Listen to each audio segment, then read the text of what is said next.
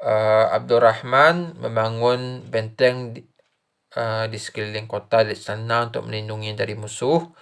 Terus membuat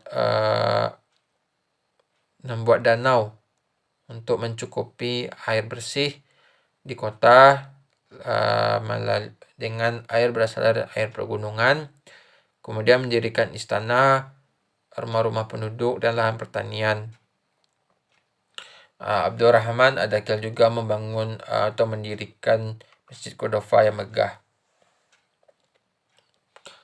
Kemudian untuk kebijakan selanjutnya itu Abdurrahman Ad-Dakhil mendirikan Taman Musa Ar-Rusafa. Jadi taman ini berfungsi untuk menghibur para masyarakatnya. Di bidang militer, Abdurrahman Ad-Dakhil mendirikan sebuah angkatan bersenjata yang kuat dan terlatih. Jadi angkatan ini berjumlah 40.000 orang yang terdiri dari bangsa barbar.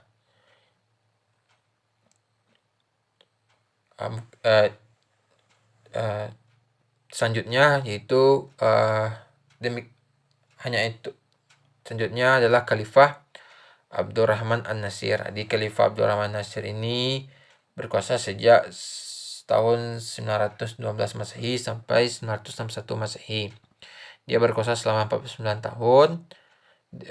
Dia dijuluki sebagai Al-Khalifah An-Nasir li dinillah, yaitu khalifah penolong agama Allah. Adapun kebijakan yang dilakukan oleh Abdurrahman III ini, yang pertama itu adalah membuat koin emas sebagai alat transaksi yang sah.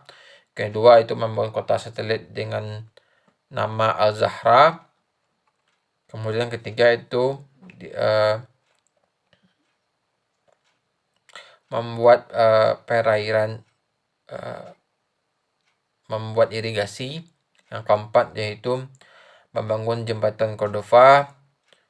Yang ketiga, yang keempat adalah membangun saluran air untuk menunjang kebutuhan air bersih di kota pada saat musim kemarau. Yang kelima yaitu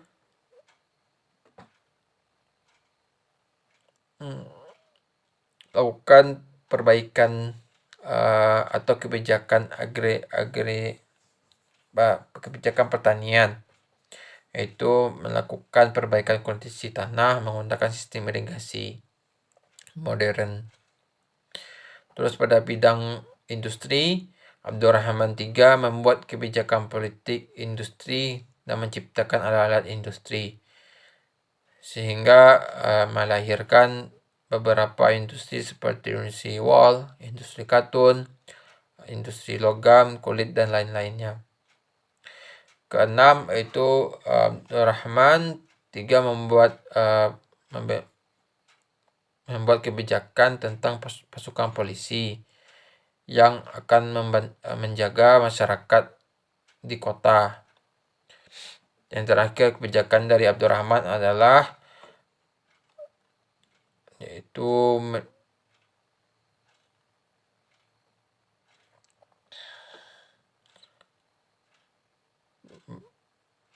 menjadikan kota Qadhofa itu menjadi pusat pendidikan. Terus selanjutnya kita akan bahas kebijakan pada Khalifah Hakam Al-Mutasir atau Hakam II. Dia berkuasa pada tahun 961 Masehi sampai 976 Masehi. Dia berkuasa selama 15 tahun. Jadi kebijakan politiknya itu yang pertama mendirikan Universitas Qadhofa di kota Qadhofa. Kemudian mengundang ilmuwan atau sejarawan dari luar seperti Ibnu Al-Qudisiyah untuk menjadi pembicara umum di Universitas Qadhofa. Kemudian dia membuat kebijakan tentang perpustakaan yang mengumpulkan lebih kurang 400.000 buku. Terus dia tuh mendirikan 27 sekolah gratis dan perguruan tinggi di beberapa kota di daerah Spanyol.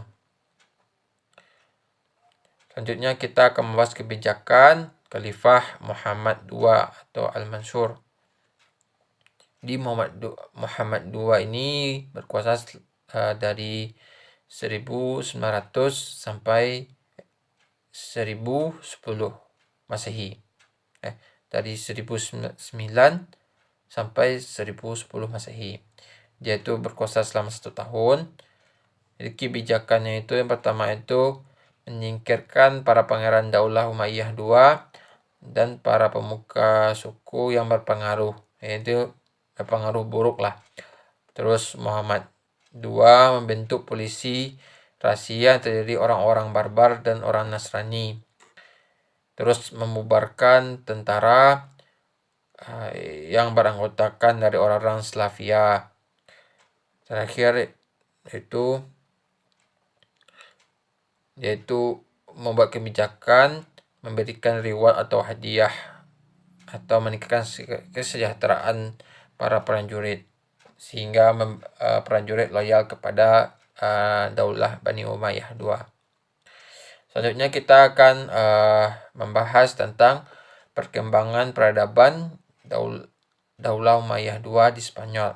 Pertama, pada ilmu pengetahuan dan kebudayaan. Pada masa ini dinasti atau Daulah Umayyah II menjadi pusat peradaban ilmu pengetahuan di Eropa.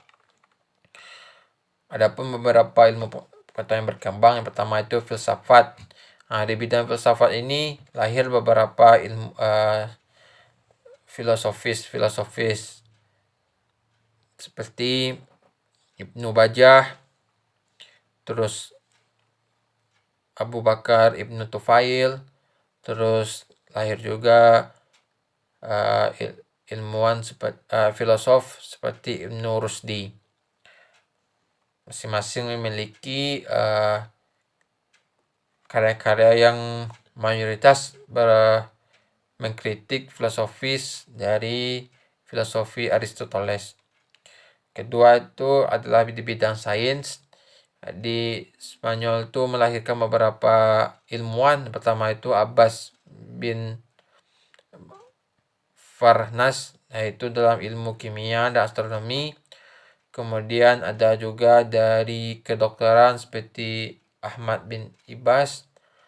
Terus dari dokter wanita yaitu Ummu Al-Hasan bin Abi Ja'far. Selanjutnya kita masuk ke bidang musik dan kesenian. Jadi di musik kesenian ini lahir seorang ahli seni, ahli musik yaitu Al-Hasan bin Naif atau yang dikenal dengan Zaria. Jadi si Al-Hasan bin Naif ini akan dipanggil oleh pihak pemerintah saat ada jamuan. Kemudian masuk ke bahasa dan sastra. Jadi bahasa Arab menjadi bahasa yang dominan di pemerintahan Islam Spanyol, sehingga bahasa Arab menjadi bahasa administrasi. Kemudian terlahir juga tokoh-tokoh bahasa Arab seperti Ibnu Sayyidah, Ibnu Khuruf, dan lainnya. Terus pada masa Khalifah Hasim I yang mendirikan sekolah pengajaran bahasa Arab. Selanjutnya kita bahas tentang ilmu sejarah dan geografi. Jadi dalam bidang sejarah dan geografi ini lahir seorang ilmuwan yaitu Ibnu Jubair, yaitu menulis tentang negeri Muslim Mediterania dan Sisilia.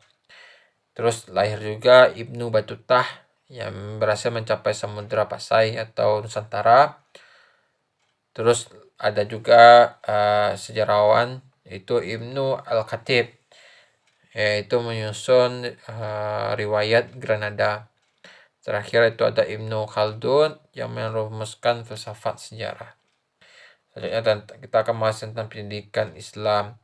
Jadi pendidikan Islam di Daulah Umayyah II ini sangat didukung, seperti yang telah dijelaskan di awal. Ada didirikannya sekolah-sekolah gratis, terus didirikannya Universitas Cordova menjadi pusat pendidikan perguruan tinggi di Eropa dan lain sebagainya. Terus selanjutnya kita akan bahas tentang agama. Yang pertama itu bahas fikih. Jadi umat Islam Spanyol ini fikihnya bermazhab Maliki yang diperkenalkan pertama kali oleh Ziyad bin Abdul Ar-Rahman. Jadi terus pada khalifah yang